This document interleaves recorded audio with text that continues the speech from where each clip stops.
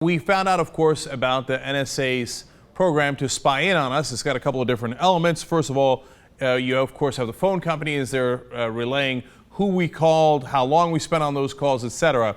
They call this metadata because they're not listening to the content of the phone call unless they get a specific warrant. That's good. Now, it's not good that they're collecting the metadata, but at least they're not listening to the content they say, maybe damning it with faint praise. But then there's a second program called PRISM, where they look at your emails, your Google searches, the websites you've been to, etc. And there they do look at the content. They say it's mainly directed to the outside world, not within the United States, but oops, turns out we collect a lot of information on the outside world as well. In fact, they have another program called Boundless Informant that sifts through the data that PRISM collects. And in that, the intelligence collected was 3 billion pieces from inside the United States and 100 billion pieces worldwide. So 3 billion pieces, it's not that much, except for the fact, of course, that it's a tremendous amount. Now, when you ask James Clapper about it, here, I want to skip ahead to video 20, because this is really interesting. Now, he's the director of national intelligence. Listen to what his answer is on whether they collect this. This is back from March of 2013.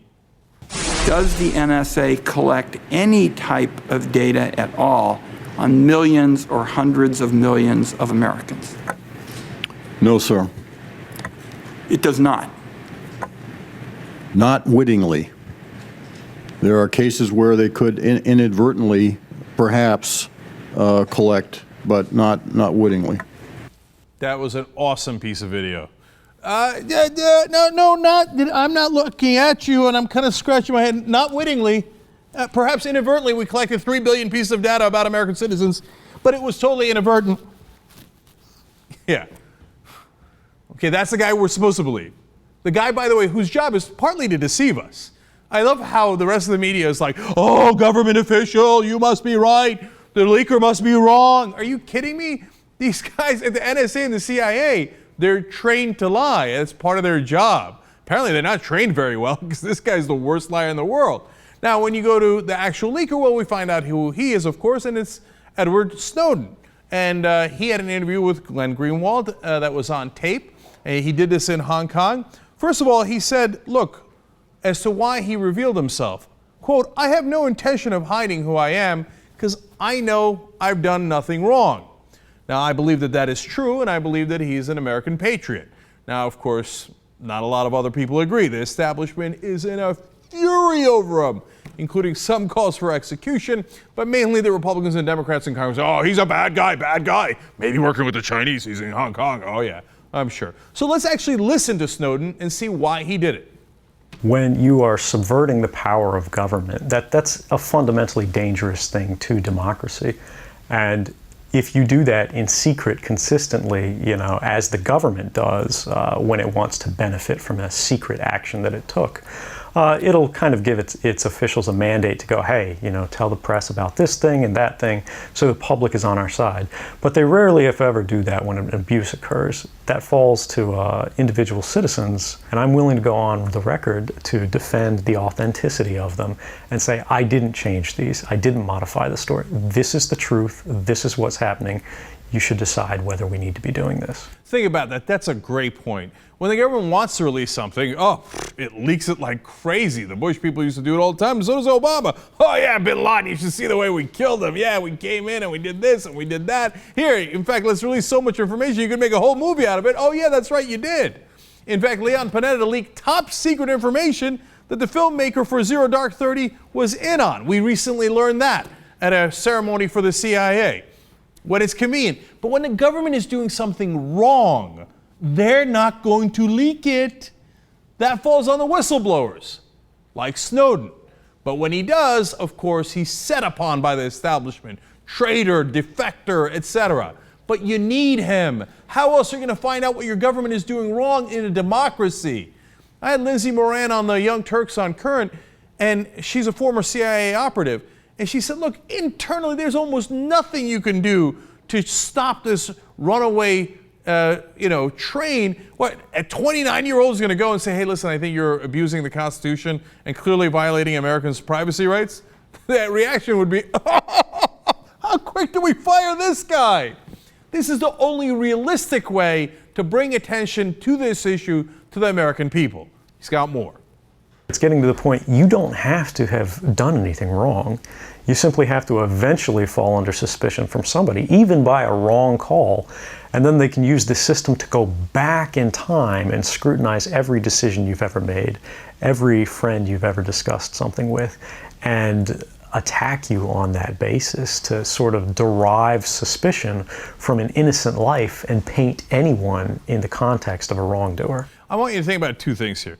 Number one, they do this enormous dragnet, like 100 billion pieces of information on PRISM alone, and we're not even counting the phones on that one. And they get all this information, which is incredibly hard to sift through and get relevant data on, right? And what does it do?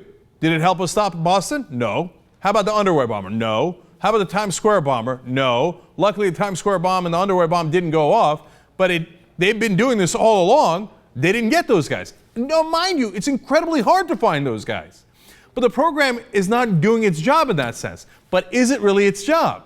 Now, what's really easy with this program is that once you have collected the data and you want to target somebody, well, that's super easy. Now, they might use it in good ways, and I hope they do. That, hey, we got a lead on this guy.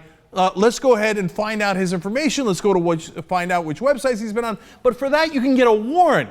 That's perfectly legal, and everybody would agree to it. Now, what if you wanted to do was target someone because they're against your political positions or against the government? I mean, we got Republicans right now going, oh my God, they targeted us at the IRS. Imagine whether you're a Republican or a Democrat. You got a president you don't agree with, you don't think is on the level. He can't target it. Someone else in the government can't target it. Now remember, as they tell you, oh, just trust your government. Bush was doing a similar kind of spying. In fact, they listened to the content of the phone calls. And they assured us all along, oh, we're only targeting Al-Qaeda, only to Al-Qaeda. And then we found out through an ABC News report in 2008 that, in fact, they were listening to the private calls of our troops in Iraq. And not just their calls. What did they listen to most? Phone sex. And you think that there isn't somebody who didn't like a general there and they would listen even in on generals or a private and couldn't use that information against them? And then how about government officials they've already taken down? I'm not saying the NSA did it, but Elliot Spitzer, governor of New York, the toughest guy in the whole country against Wall Street. Oh, well, you look at that. We had a federal investigation that was helped by private detectives hired by the financial industry who happened to find information from his bank that eventually led to an escort service and took down the governor. Golly gee, how did we find that info? Not necessarily through this program, but through individual targeting of opponents. If you think they can't do that, you're not paying attention. They can definitely do that. Here's more from Snowden. The NSA specifically targets the communications of everyone. It ingests them by default.